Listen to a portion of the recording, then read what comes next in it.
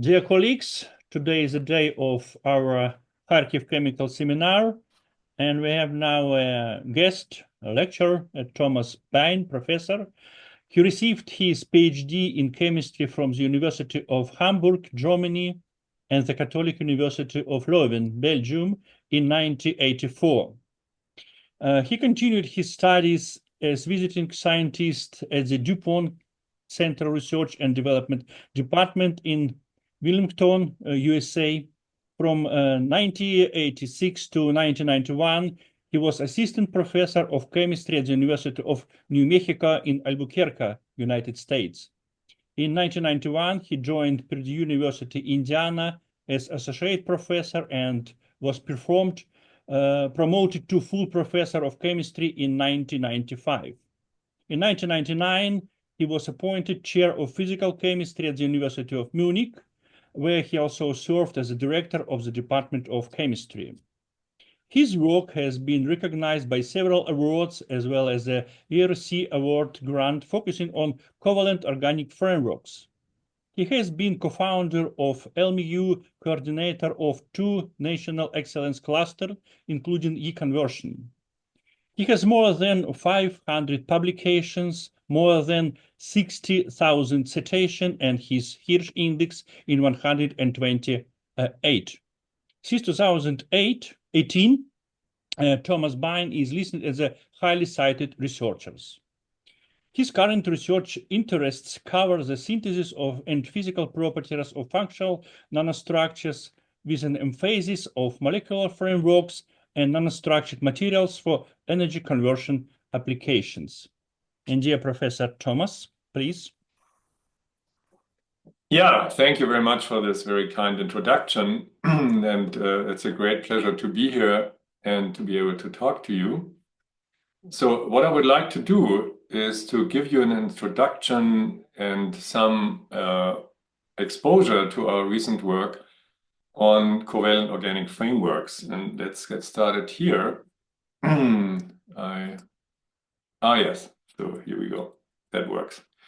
So let's have a look at organic semiconductors. They have been extremely popular and discovered decades ago. Even organic metals or synthetic metals have been made. And they have been used in photovoltaics. There's organic PV as a large field of research and applications. They have been used in lighting. Organic LEDs have become very popular recently in photocatalysis, in batteries, and many other applications. However, most of these materials are fairly disordered, and charge carrier transport occurs via hopping, which could lead to a lower efficiency in certain applications. They also do not have periodic porosity, which could slow down the flow of ions and molecules if that is what you are looking for. So the question is, can we construct crystalline lattices containing similar organic building blocks and maybe imparting similar physical properties and functionalities? And so I want to introduce to you the reticular paradigm, which is basically doing chemistry like with a Lego set, building crystalline 2D and 3D or two-dimensional, three-dimensional polymer frameworks out of molecular building blocks. Since we are talking about molecular building blocks, we are opening up a vast synthetic space through the choice of these blocks, through control of interactions, covalent and non-covalent, and installing also a well-defined pore space, which could control host-guest interactions and molecular or ionic diffusion. So this, in principle, gives us an access to a design space for many possible applications. I've listed a few here without enumerating them, and we will see some of those functionalities in the next few minutes. So how can this be done? The important part here is, in this reticular paradigm, that we need to use dynamic condensation chemistry. And you see here a few of the symmetric building blocks that can be incorporated in this particular case into a two-dimensional covalent organic frameworks by combining, for instance, amines and aldehydes. Here we would have a small linear aldehyde connection group to form lattices like hexagonal, rhombic, triangular, or also the dual pore triangular and hexagonal shown here, which we call Kagome lattice. So two examples are the formation of boronate esters by combining boronic acids with diols, so double alcohols, as shown here with these catecholates, or combining aldehydes and amines to form imines in the Schiff-Base reaction, which is also slightly reversible and dependent on the water vapor partial pressure or concentration in solution. So we will talk about a few aspects today, including different examples of COFs, the packing of the layers in two-dimensional COFs, large pore systems, and electronic and optoelectronic properties of these materials, including some possible applications. So if we are looking at optoelectronic properties, this becomes a multidimensional space. So first of all, we are able to combine chromophores such as this, or donors such as this, with nodes or knots, as they are sometimes called, multivalent knots that allow us to form the lattice. So we have linear connections, or maybe tetragonal connections, or triangular connections that form ultimately this lattice by combining the chromophores with appropriate nodes. And also the node sometimes can be the chromophore absorbing light, for instance. So then this allows us to tune the lattice constant of such a lattice. It allows us to tune the lattice type, so the symmetry and topology. And depending on torsion effects of the linkers, we may also not only have direct multilayers which are eclipsed on top of each other, but also a displacement of these layers with respect to each other. And all of this will have an influence on the absorption spectrum and the emission spectrum of your material, depending on the band position, on the band gap, and of course the charge carrier dynamics that follow the illumination. So let me say a few words about the layer packing in two-dimensional COFs. This is something we had studied with Laura Aschal and other very talented students a while ago. And the issue is the following.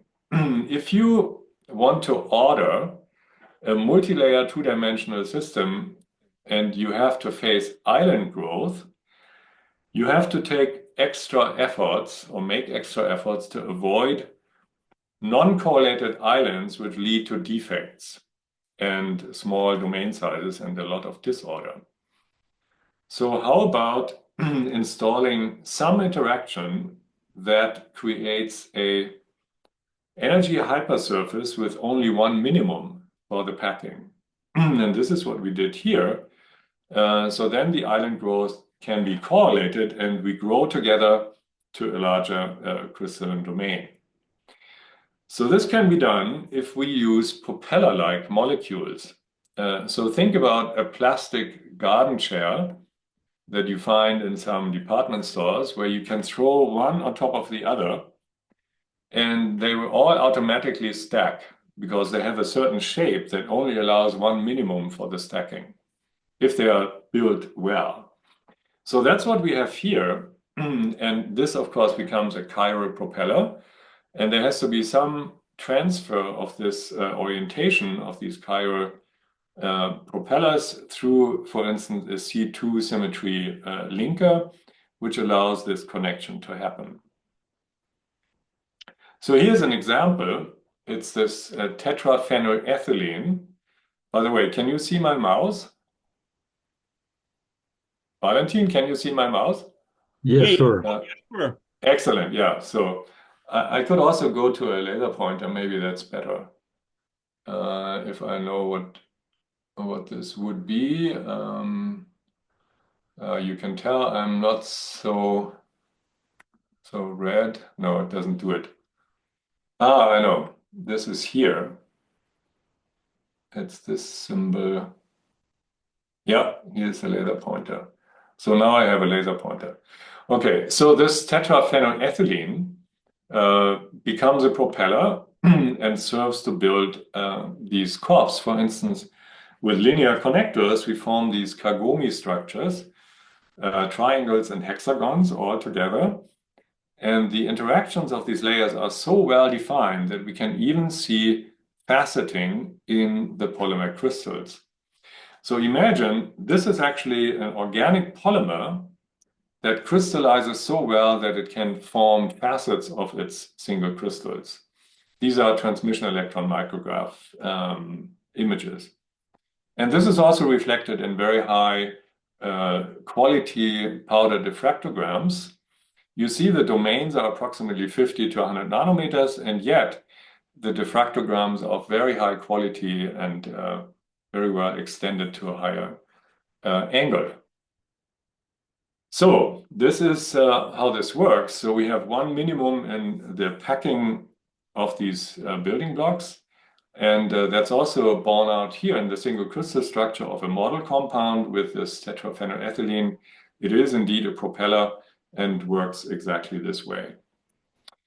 And this can also be extended to other types of linkers, as you see here, and they always form these Kagome structures with different crystalline dimensions.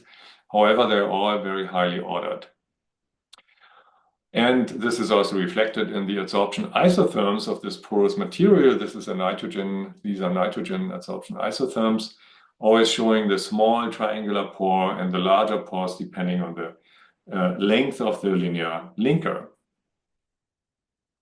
Okay, so having said something about the packing and how we can control the packing, we are now asking, what can we do about the electronic structure of these materials? And here we really like this particular building block. This is just a recent example of this work controlling optical properties. We call this the Wurster building block because this diaminobenzene with different organic groups is the foundation of Wurster's blue, which is a redox active dye, and when oxidized becomes a beautiful blue compound. So we decided to try to embed this chromophore into COFs, and not only one, but several ones. Here's a recent development of this work where we wanted to be able to change the optical properties of this Wurster type covalent organic framework by inserting into this building block different types of molecular acceptors. And this is, so basically this gives us an extended Wurster element and the standard, I call it, Wurster element, and always having the same dimensions because this distance from here to here doesn't change by changing these elements. And you see here in the diffractograms, they're all very, very similar, indicating that the packing and the geometry and the unit cell dimensions are all very, very similar. However, there are differences in the morphologies. So we find that in some cases we get a dense flat film. In other cases, we get small leaflets that are growing more vertically. So we have different degrees of orientation in thin films, which we can see in the grazing incidence wide-angle X-ray scattering data. So if you have intensity here in the horizon, that means that there are vertical channels emanating from our substrate plane. And that is pronounced here. You see the red intensity here. It's a bit less pronounced here and also pronounced here with some tailing off because there are also some not so ordered elements in the thin film. All right, so now we can see that by coming or changing from a phenyl group to a thiodiazopyridine element, which is a strong electron acceptor, we are shifting through this donor-acceptor combination, we are shifting the absorption spectrum drastically into the red, and are also changing the band gap from the 243, 247 to 223 electron volts. And similarly, we also shift the position of the photoluminescence in these materials.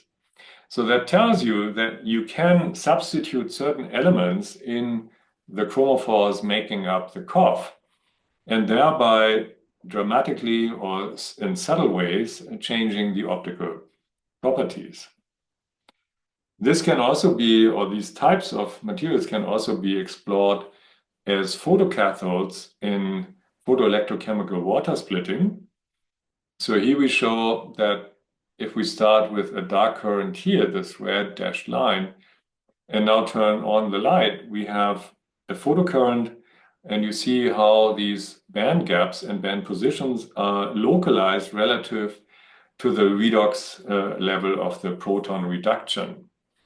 So clearly, for instance, the TZ would allow electron excitation by illumination, and then this electron can be injected into this redox reaction to form hydrogen. All right, so this is basically a phenomenological description. We are also interested to learn more about the carrier dynamics in these films. Due to time limitations, I cannot show you all of our studies regarding this theme, but I want to maybe talk about one recent study where we joined with the group of Achim Hartschuh and our university to learn about fast excited state diffusion in 2D films of COFs. And here's our good old friend, the Wurster element again, combined with benzodiazepine, abbreviated BET, which again likes to create the Kagome pore structure. And also in the hands of Laura Spieß, who is the first author, also was amenable to form well-defined thin films by growth on the substrate. Here you see the TEM images, and you see very nicely the Kagome type structure shown in the projection along this zone axis, the C zone axis. And again, with GWAX data, we can say that these films are also highly oriented. So in other words, the channels go vertically out of the plane of the substrate. Here are the optical properties, now displayed in electron volts. So here you see the absorption edge, and here at lower energy, the emission of this thin film. All right, so our colleague Frank Ortmann has modeled these structures with DZT and found that surprisingly in the Z direction, so vertically up from the substrate, we have a rather strong dispersion shown here with a scaling times 0.2, so it's 5 times stronger. And that means that we have delocalization in the Z direction, and therefore charge carrier migration can also happen that way. All right. So how do we learn about the two-dimensional diffusion of excited states in this film? This is a technique perfected by the Hartschuh group, where in a microscope, they illuminate a spot, and then in the same microscope, so they illuminate with pulse laser excitation. So there are pulses of the laser coming down on the sample, and then they detect at different distances, which are also captured in that same microscope through the same objective lens, they detect the emission of light as a function of distance and as a function of time. All right, and that's how these data look like. If this is your time axis from 0 to 1.5 nanoseconds, they see first a very rapid extension of that spot. So that it's like bleeding liquid on a surface, right? You put a liquid and then it spreads out. And this is what the light is doing. Because why is the light spreading out? Because the recombination of the excitons leads to emission of photons, and that's what we see here. And then there is a slow process where this band here is slowly broadening. It's also getting more noisy because more and more of the excitons are consumed. And then the Hartscher group was able to analyze mathematically these curves in terms of the charge carrier diffusion coefficient. And not only that, they also did this temperature dependent. And without going into all the details of this analysis, let me add two more pieces of evidence that we added in here to build a model. And this is in collaboration with Laura Hertz in Oxford to look at these films with optical pump terahertz probe spectroscopy, where one pumps with a short laser pulse the system into an excited state and then looks at the influence of the charge carriers on a terahertz pulse that is passing through the sample film. And in addition, the group of Frank Ortmann also built a model to learn about the behavior of the excitons in such a film. All right, so all of that was then brought together to form this model. So what we have here is the laser focus, and within very short time, in picoseconds, we are recombining the free charge carriers, which are formed initially. It's like an explosion, so you form a very highly excited free charge carriers. They recombine within about 1 picosecond. And then, as you see here in this representation, then they diffuse. So these excitons diffuse.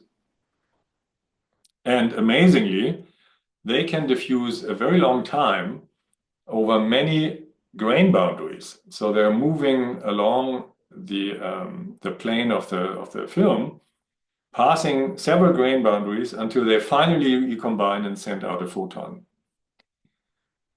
And that tells us that we are not limited by grain boundaries in energy transfer, because the exciton diffusion is basically an energy transfer process until they are finally recombining.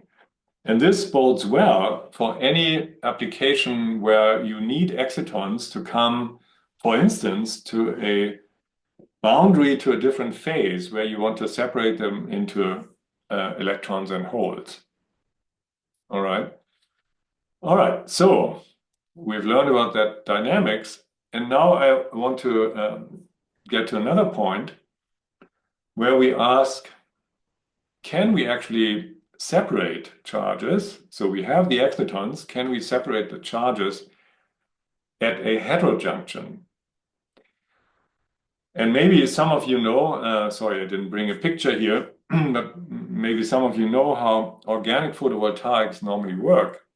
You build a bulk heterojunction, and this is achieved by phase separation of donor and acceptor phases through spinodal decomposition from a solution, which is normally spin-coated onto a substrate.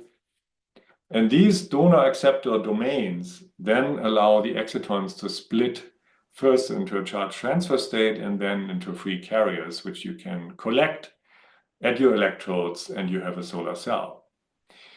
So our idea was, why not use the building paradigm, the construction paradigm of a COF, of a covalent organic framework, to build periodic ordered heterojunctions between donors and acceptors.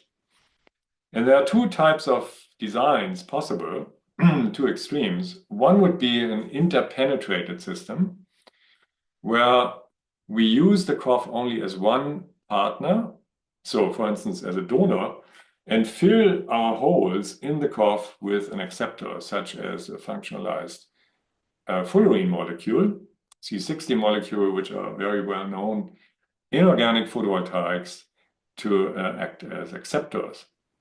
So that's one possibility. The other possibility is to integrate the whole system into the COF itself. So in other words, saying we have one stack. So here, for instance, one stack of this HHTP, the hexahydroxy triphenylene, and one stack of this porphyrin element, and say, yes, we are exciting this system and we inject from this HHTP into the porphyrin, and thereby have one stack of donors and one stack of acceptors. And then hopefully orient them on an electrode so that you can extract charge carriers. So we have demonstrated that both of these work in a proof of principle, but at that time it was with quite low efficiency because of several parameters that were not optimized at the time. So now we are asking, can we extend this concept? Can we increase the pore so that we can have a larger phase of the guest, a larger space for the guest phase, which should slow down recombination? And can we build in donor acceptor systems so that we can orchestrate what the excitation does, where we actually inject a hole and an electron depending on the donor acceptor properties of such building blocks. So we were asking these kinds of questions, and also if we can combine both properties to ultimately extend the lifetime of the excited state and improve the charge separation ratio versus the recombination ratio, or the recombination fraction that emits light again, or even non-radiative. So here, out of several studies we have done, I want to present a few examples with thiophene-based 2D COFs. Thiophene molecules or building blocks are very popular in the design of organic photovoltaics. They can act as light harvesting elements. They can act as donors, and they're even often combined in complicated molecules as acceptors, especially as non-fullerene acceptors. So thiophene are very interesting building blocks for different types of organic polymers and also COFs. And here you have this old example from our group where you have thienothiophene as a small building block in the wall. Now there is this one problem. Sorry. This one problem of this bond angle. It's 147 degrees instead of 380 degrees. This angle is even further away from 180 degrees. So it's not totally evident or not totally trivial to build highly symmetric materials with this, although it has turned out to be possible. This is one example where we have a thiophene connector and a pyrene node here to form spectrally switchable COF photodetectors. I will not dwell on this here, but here you see these molecules. They are overall almost linear, although there's a bending angle here and here compared to the axis of the molecule, the long axis. This one is highly symmetric, but that's a very small building block. And one of our newest developments is this tetrathienonaphthalene based building block by Tian Hao and my group. A really beautiful molecule containing 4 thiophenes fused together. Here you see them, or here also there's the sulfur, fused together into this stiff, almost completely planar element, which he then decorated with 4 phenyl groups and used them to build these rhombic lattices, for instance, combining them with a linear thienothiophenol donor molecule or with these donor acceptor elements that are much longer. And again, after a lot of work, highly structured, highly ordered COFs have been made with rod-like morphologies. And they also have, here's Tianhao, they also have very interesting optical properties. You can see that with the donor acceptor linear building block, you're getting a fairly low band gap of 1.8 electron volt. Here we have 2.1 if it's the small thienothiophenol. And also the photoluminescence shifts by about 120 nanometers. He was also able to build already oriented thin films. This is a particular achievement and takes a lot of optimization. And now here are some pictures. You see these films with a grain structure and preferred orientation. And that is also visible in the transmission electron micrograph, where you see the different domains from the top, looking down the axis into the film.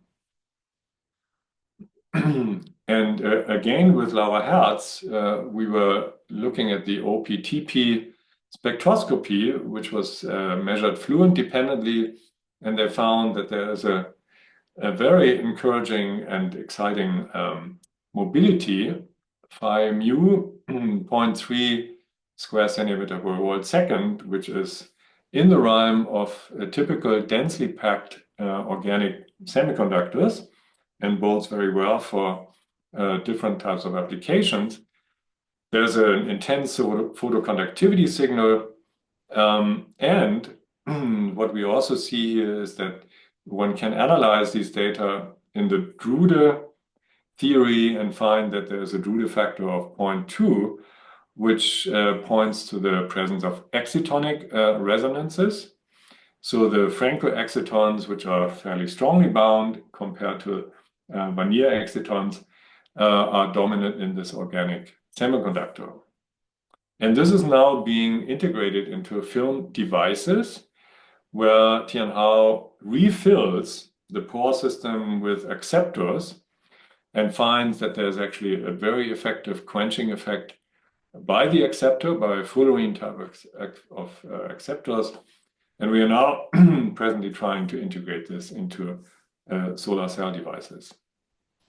Not only that, but the band position is even such that one can use these as cathodes for photoelectrochemical water splitting. And you see here the dark current and the illuminated current, the response to light with these two different linear linkers, and a nicely stable system for reducing water to hydrogen. All right. Coming to a different way of playing with the paradigms, the construction paradigms of COFs. It turns out that in the field of metal organic frameworks, where you often have three-dimensional structures, dynamic lattices, which depend on the partial pressure of an absorbate and the filling of pores, are quite common. However, in COFs, this has been rarely observed, and if at all, only to a very small extent.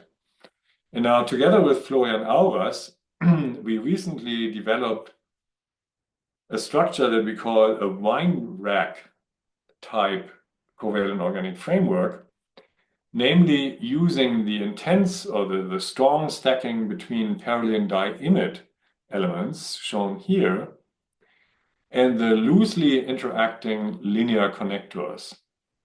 So you can see if basically looking down the axis of the projection, you can imagine this to be like an axis and these as the mobile elements. Rigid pillars here, flexible bridges here. And so this wine rack can be extended by loading it with guests. And that is a rather amazing effect. Here we have decorated them with different Rs. So with propyl-butyl-hexyl chains here in the R position, which do have an effect on the interaction between the different pillars. And also important, due to the structure of this element here, with these phenyl groups almost vertically oriented to the plane, we have a fairly large offset in this case compared to a more typical offset if we have tetraphenylpyrrolene shown here, where there's only an offset of 1.3 angstroms. And that leads to a weaker interaction between these linear connectors, and therefore they are more flexible. So what happens now if we load this with a guest? So the amazing thing is, if we do in situ diffractograms, the diffraction measurements, while we are loading this material with guest molecules, it comes from the contracted Bohr system, where the chains here, the butyl chains here, are basically folding away.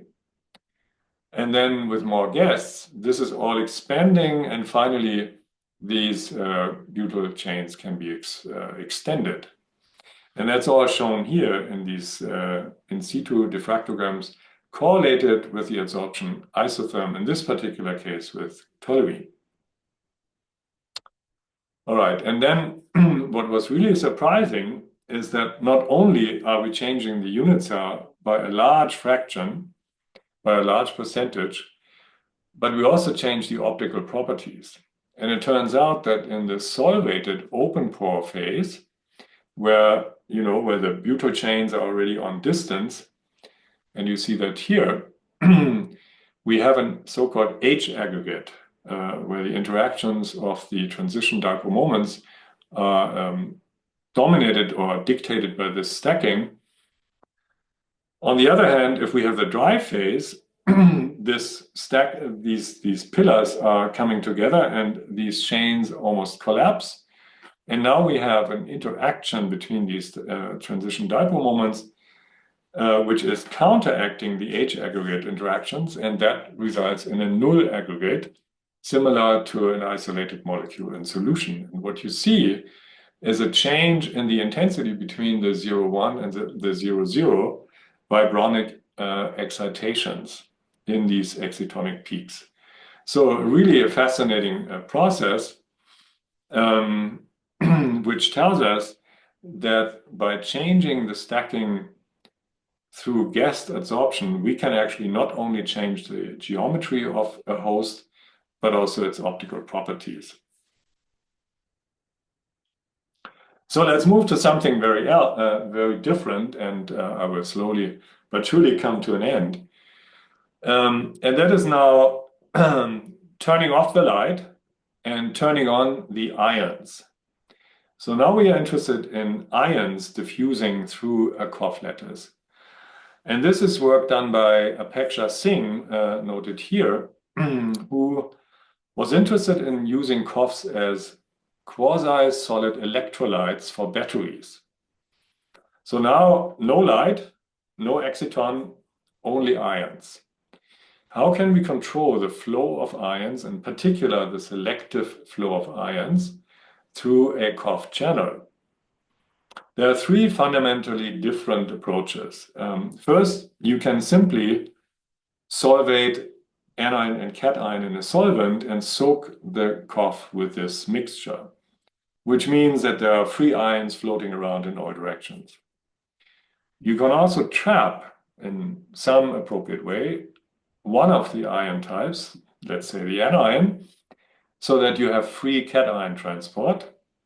And then this will go through, the transport will be through hopping. Or you can build the COF such that it itself has anionic charges, and all you have then is single cation transport from one anionic part of the COF to the next. And that's also a hopping transport.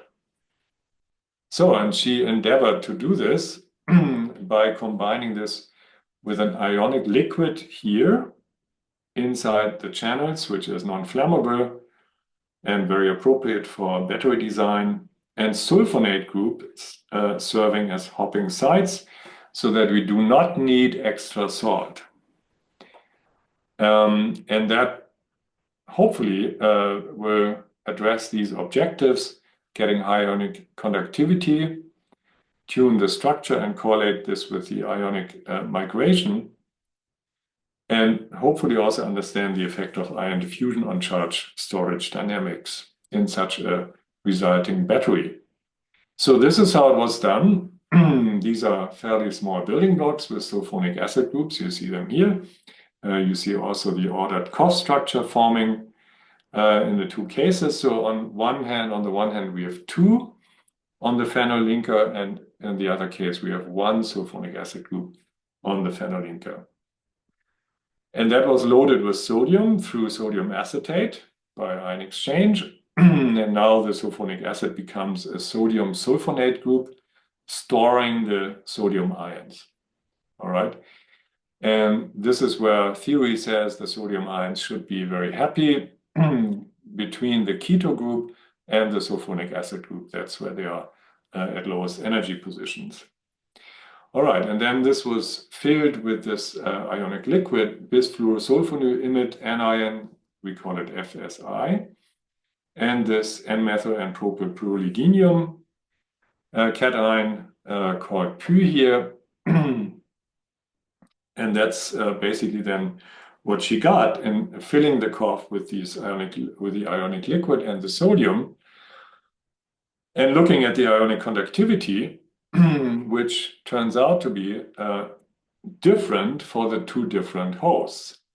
And it turns out that the host with the single, so here's just sulfonic acid, sodium, salt 1, and here 2, you see that little 2 here. The single substituted system had a higher ionic conductivity.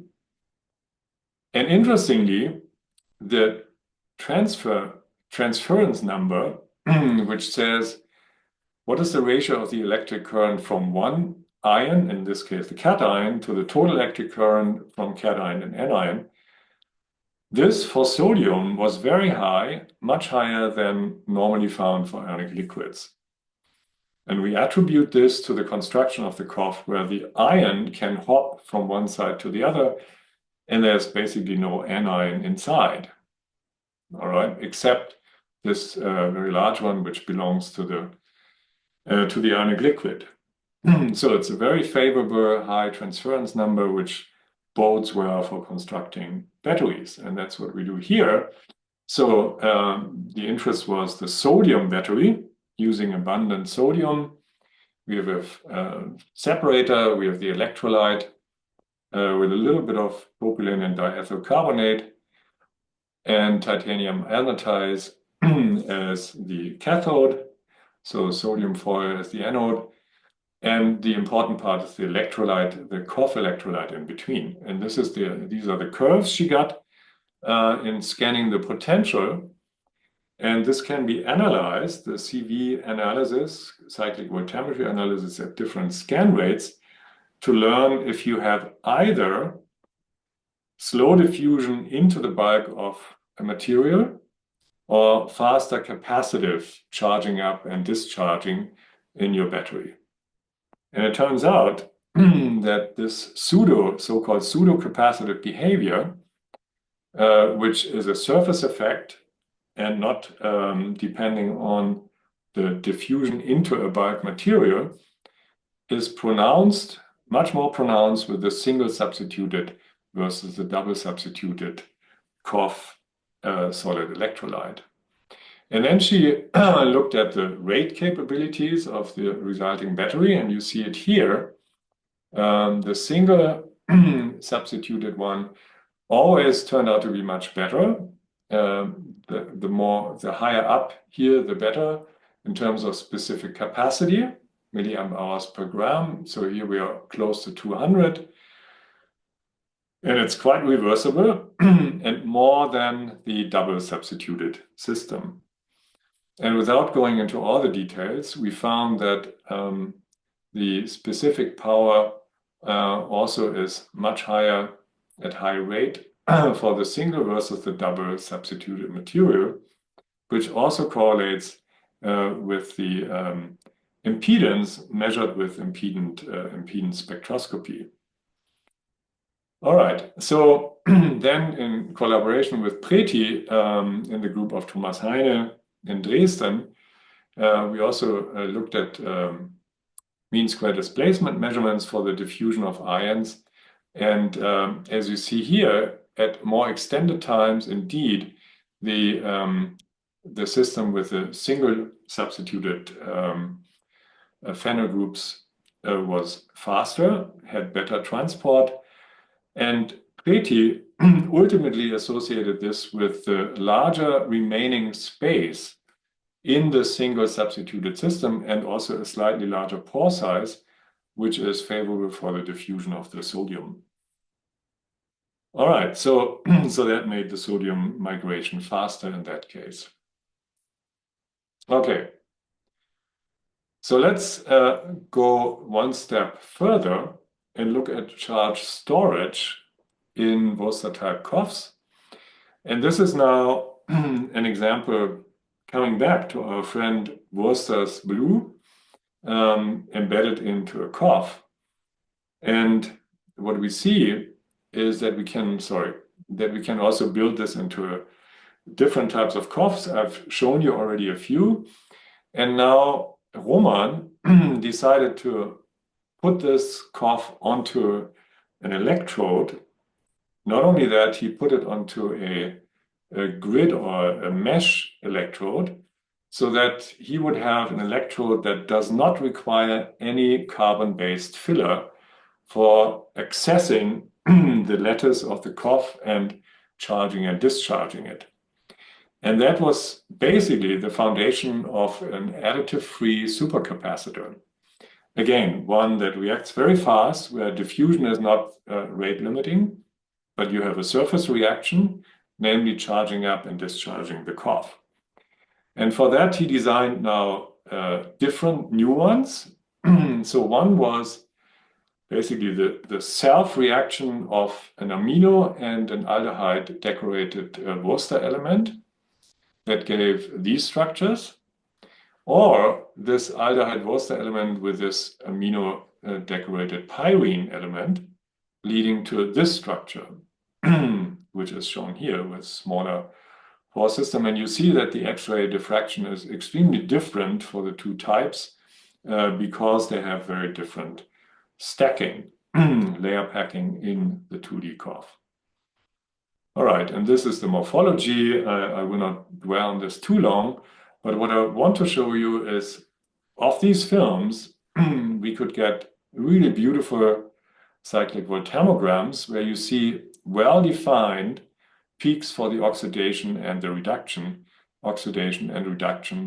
of the different electronic states. And this not only means that they are there, but also that they are easily accessible in this electrochemical setting on this mesh. So the mesh was basically the electrode.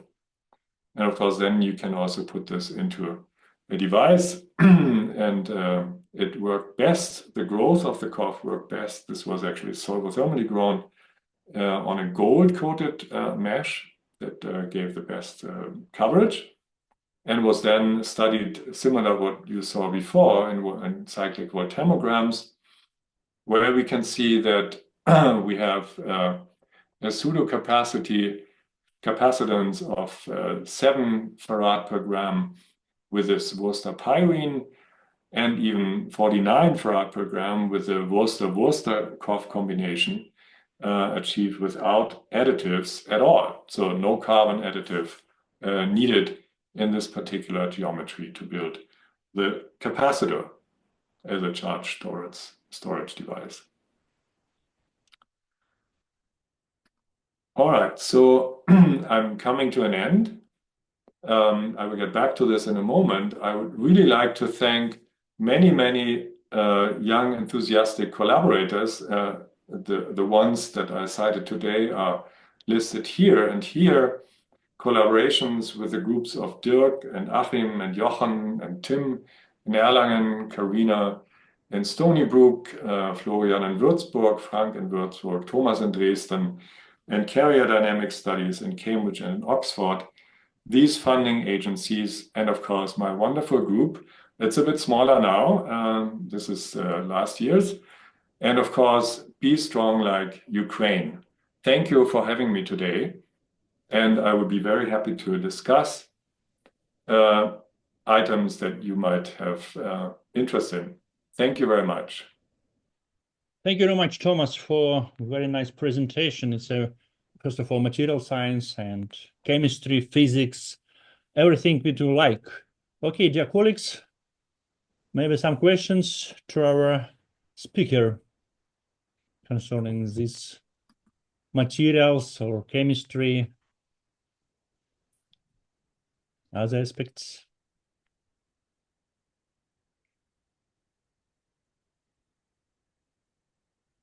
So they need to digest, I guess. Okay. You said that some materials applied in batteries, for instance, or at optoelectronic materials. Do you have examples of real application in commercial devices, in batteries, or you mean only prototypes, laboratory models? Yes, the covalent organic frameworks are or have seen a fairly slow growth in the beginning when they were discovered because the synthesis was exceedingly difficult to control. And then after a few years, there was an induction period, and after a few years, a very rapid exploration of many different possible applications. And at the moment, there's even a company in China that has learned how to make these without extra solvent, where basically one reaction part is the solvent, or rather a melt. And this way they can now finally scale up the production. Until a couple of years ago, the synthesis was exceedingly expensive, and we normally work with only 20, 30, 50 milligrams of sample. And it takes a long time to build these, to create these linkers with organic carbon-carbon coupling chemistry and so forth. So there has been a long time of fundamental research exploring these very different and very diverse possible applications. I would say that, for instance, in photocatalysis, organic photocatalysis and also electrocatalysis, there should be really exciting prospects now that the scalability has been demonstrated. As soon as you demonstrate this and you can make multi-kilograms, then the interest in an application grows rapidly. But for the most part of the last 10, 15 years, this has been research with sub-gram scale amounts. And therefore, I'm not aware of a finished commercial product yet. But I think this will come very soon. Also, in the field of specific adsorption and separation, you can design these coughs, of course, in a very large design space. And if it can also be scaled up, you can separate substances, you can clean solvents, you can store gases, and so forth. And all of this becomes now accessible. It was accessible earlier with metal organic frameworks. They are much easier to make because the metal nodes in these structures basically self-assemble by themselves. You don't have to worry about this ahead of time. However, they have other limitations. They require the metal ion, and the metal ligand coordination is often, not always, but often quite sensitive to hydrolysis. So I see ultimately for a number of applications a great advantage for the covalent organic frameworks. But it took until now, and now it's exploding, but it took until now to really be able to scale some of these syntheses. Okay. We have two questions. Roman was the first. Please, Roman. Yes, thank you very much for an excellent talk. My question was how well sp3 hybridized carbons are tolerated in this framework. Most examples you have had mostly sp2 hybridized carbons. Yes, thank you for this question. This brings us to the world of three-dimensional COFs. We are actually also doing some work in that area, however, not so much. And there is actually a very nice, how should I say, there's an active community working in three-dimensional COFs. And the prototype building block for this is actually an sp3 carbon, namely tetraphenylmethane. So if you think of tetraphenylmethane, it's like a tetrahedron, of course. That tetrahedron can be assembled into a diamond-type lattice. This is called COF 300. And going from there, you can build many, many three-dimensional COFs maintaining this diamond-type lattice that have sp3 carbon. They tend to be interpenetrated, which means that you have multiple sublattices in one unit cell packing tightly together, and that reduces the pore size somewhat. But it can also be interesting for dispersive interactions like between chromophores, if you're interested in that. So that there is a whole world of three-dimensional COFs that are based on sp3 carbon. Thank you. Thank you very much for the talk. Oh, yeah, You're thank welcome. you. Roman, please, your question. Thank you very much for interesting talk. I have a couple of questions about properties of excitons and applications. So first, what is approximate Bohr radius of exciton in such nice compounds, and binding energy of the exciton? The binding energy depends obviously on the type of structure. So they have higher binding energies. However, if you scan the entire literature, there are also very few examples where the binding energy goes down to less than 100 millielectron volt. I don't want to generalize here. It is really dependent on the building blocks and how they are packing. So in other words, what is the dispersive interaction between the aromatic layers or the heteroaromatic layers? And as I said, there are a few examples where this could be pushed below 100 millielectron volt. It's not as low as in high dielectric constant inorganics, but it is in the range and even lower than many other organic semiconductors that are used in organic photovoltaics. And the Bohr radius dimension, is Oh, it the Bohr compatible with the radius. Bohr, or is it much? I'm trying to imagine how they migrate within the crystal lattice and inside the pore.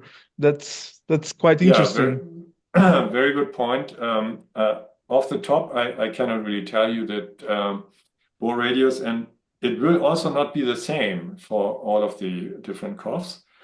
Imagine we have very different building blocks being fused of aromatic systems, right? So the larger the aromatic system, the more delocalized the electronic system, and also the more the exciton can communicate in the system, can diffuse in the system.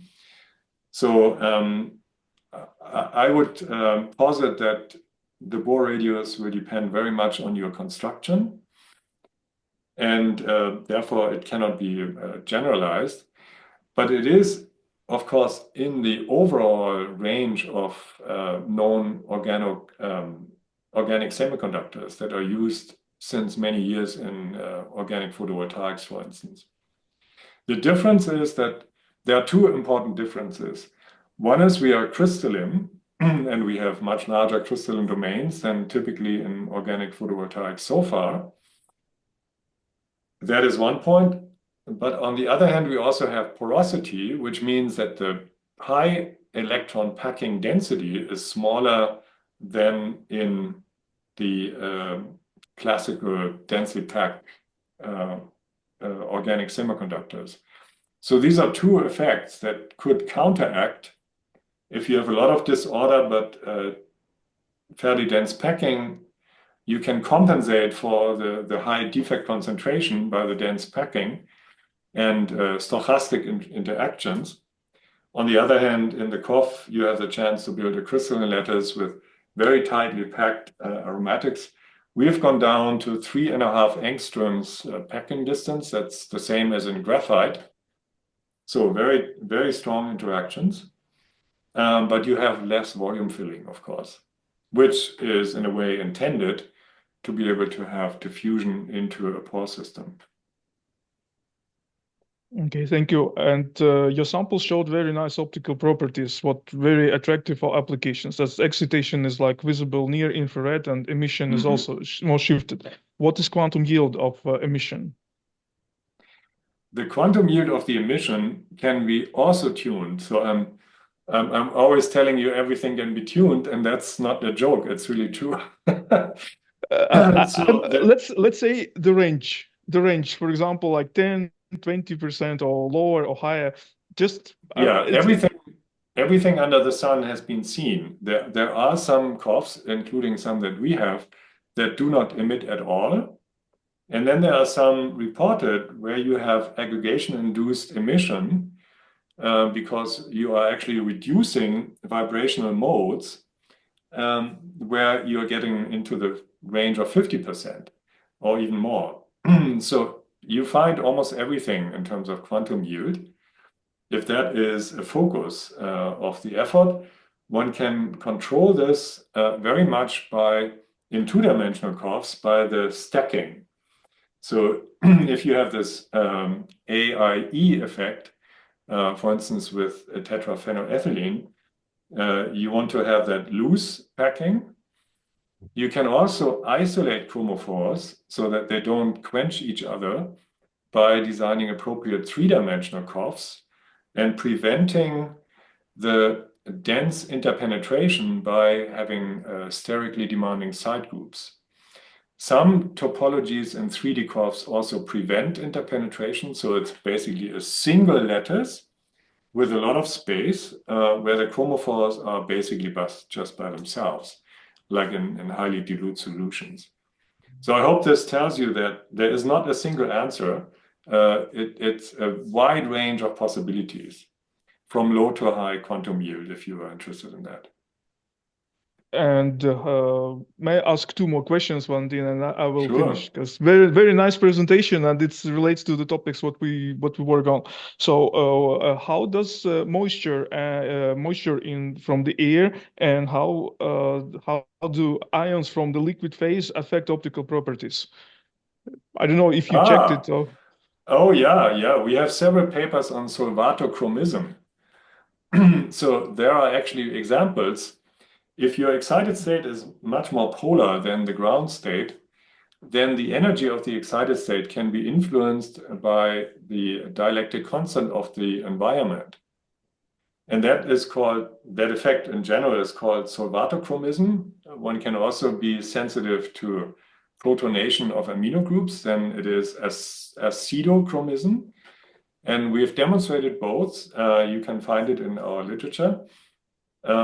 And it can be quite strong. So we have, for instance, designed a water sensor that by virtue of having only a thin film with open vertically oriented channels is the fastest humidity sensor that's known, because the equilibration is so fast that the rate limiting step is actually your switching of the vapor and not the absorption of the vapor in the channel system.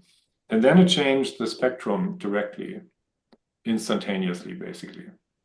So if you want to build sensors for organic vapors or polar or non-polar vapors, that works really well with COFs, because many of them are solvatochromic.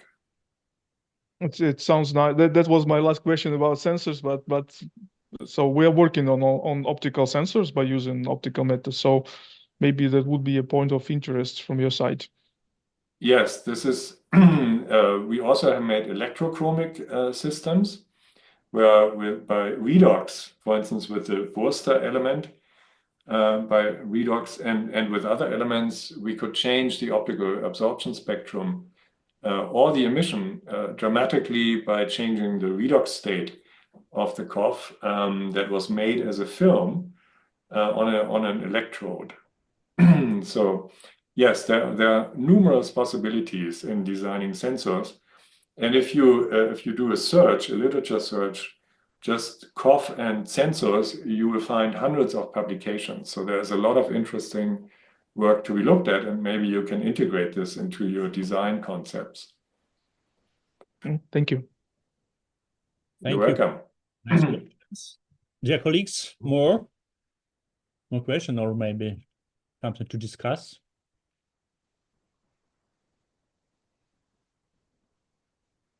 Dear Thomas, you said that the synthesis of this complicated compounds is not a simple way, and it's expensive. Do you have in your hands any tools to predict properties, for instance, optoelectronic properties of your compounds? You have a lot of donors, acceptors, packings. So what about prediction of properties? Or you should. This is something we don't do in our group. We collaborate, for instance, with Frank Ortmann, who is a theoretical chemist at the Technical University in Munich. And he is using high-level density functional theory to predict certain properties. Yeah, this is how we can do it. However, what's also rather challenging, of course, is predicting the packing distance. If we talk about two-dimensional COFs, the packing will have a profound effect. As I showed you earlier, there's often strong dispersion in the Z direction. And so every 1/10 of an angstrom of packing distance or a small tilt angle of these layers with respect to each other, or a small shift with respect to each other, will often have fairly profound effects on the optical properties. So at this point, it is really quite challenging to predict from the building blocks what the optical properties will be. However, what you can in general always observe is that the optical properties of the individual building blocks and the Homo-Lumbo gap will change to lower values if they are embedded in a COF, because then there is more electron delocalization compared to the individual building blocks. That is a fundamental effect that can be seen. And if you want to prevent this, then it is a good avenue to try to build one of the three-dimensional topologies, provided that they do not interpenetrate. If they interpenetrate, then there is again dispersion between the chromophores by pi-pi interactions, and that is very hard to predict, the packing in a three-dimensional COF. But as I said, there are some selected topologies that prevent this interpenetration, and there you basically can predict from your individual molecules and the degree of delocalization of your connection, something about the electronic properties. There are also possibilities to change the connection, which is often, but not always, which is often conjugated, to change it to a non-conjugated connection. For instance, by forming from an imine an amide. And this can be done by reduction, and the amide is much less conjugated. Sorry, not amide, the amine. Amide by oxidation. So both of them are less conjugated than the imine, and therefore you can separate the electronic properties of the individual building blocks. By the way, is it possible to change properties, for instance, semiconducting properties of COFs by means of extra pressure? Well, you can. I have already enumerated several ways, right? How you can change optical properties. By pressure, I have not seen that. You always have the risk of destroying your lattice, right? Because it's fairly fragile. There's a lot of vacuum or a lot of space in these open pore systems. So we have made pellets for electrical measurements, and disappointingly, very often these pellets show destroyed curves. So the pressure would destroy the lattice. It may not be completely, let's say, irreversible, because maybe you are just sliding the two-dimensional sheets with respect to each other. And upon treatment with the appropriate solvent, maybe that can be recovered. We have not done that yet. But this response to pressure is probably most interesting in three-dimensional curves, where they could act like a spring, right? So you compress and you expand again, and you still maintain the same connectivity. So I'm not aware of a paper or a study on this, but I would suggest to look at three-dimensional curves for such studies. Okay, thank you very much. Roman, do you have an additional question? Yes, I have one more question about photocatalysis. What you showed, you combined organic and inorganic with titanium dioxide. But what was the selection of inorganic material? Just for photocatalytic properties, or just like band gap structure and fitting to making this heterojunction with organic semiconductor? Thank you. Well, maybe this was a misunderstanding, but today I don't think I talked about such a heterojunction. Photocatalysis can be done with basically using the COF as the antenna. So it acts as an antenna, it absorbs the light, and then hopefully you can get a charge carrier to the catalytic center. We've just recently worked on a rhenium tricarbonyl center that was embedded in a COF, for instance, through a phenanthroline ligand. This is not quite finished yet, so I couldn't present it today, but that's something that works. So one can reduce carbon dioxide this way photochemically.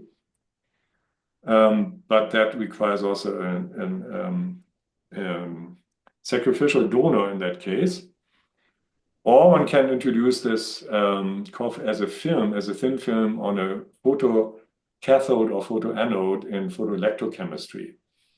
And then basically the COF itself can act very nicely as an antenna to get optically excited, and then charge carriers injected into the catalytic center, which could be metal-based or even just organic-based. That works usually with less efficiency, but it can also work. It's not quite clear which the catalytic centers are in those cases. That would require very comprehensive mechanistic studies. But yes, there's a lot of work out, and I encourage you to also read our recent paper. It's a perspective in JAX from 2024 that makes a kind of a summary, or provides a summary of photocatalysis work with COFs. And for instance, my colleague Bettina Lodge at Stuttgart in the Max Planck Institute has done a lot on photocatalysis. And also many Chinese colleagues have worked on this. So it definitely works. And it's definitely very efficient because you have this very high surface area. What hasn't been done so much is photoelectrochemistry, where you can separate the two electrodes instead of having one active site and a sacrificial donor. But of course, on the other electrode, you need then also a complementary reaction, for instance, an oxidation that gives you useful products. Okay, thank you. Okay, thank you very much. I think it's time to finish our seminar now. I would like to thank you again for very, very interesting presentation, and all our participants for discussion of your lecture. Yeah, it was a great pleasure, and hopefully all the best for the geopolitical developments. I'm looking at this very anxiously every day, and I wish everyone in Ukraine hopefully a good future. Thank you very much. Thank you very much. Thank you very much for having me, Oh, and all the goodbye. best. Bye bye.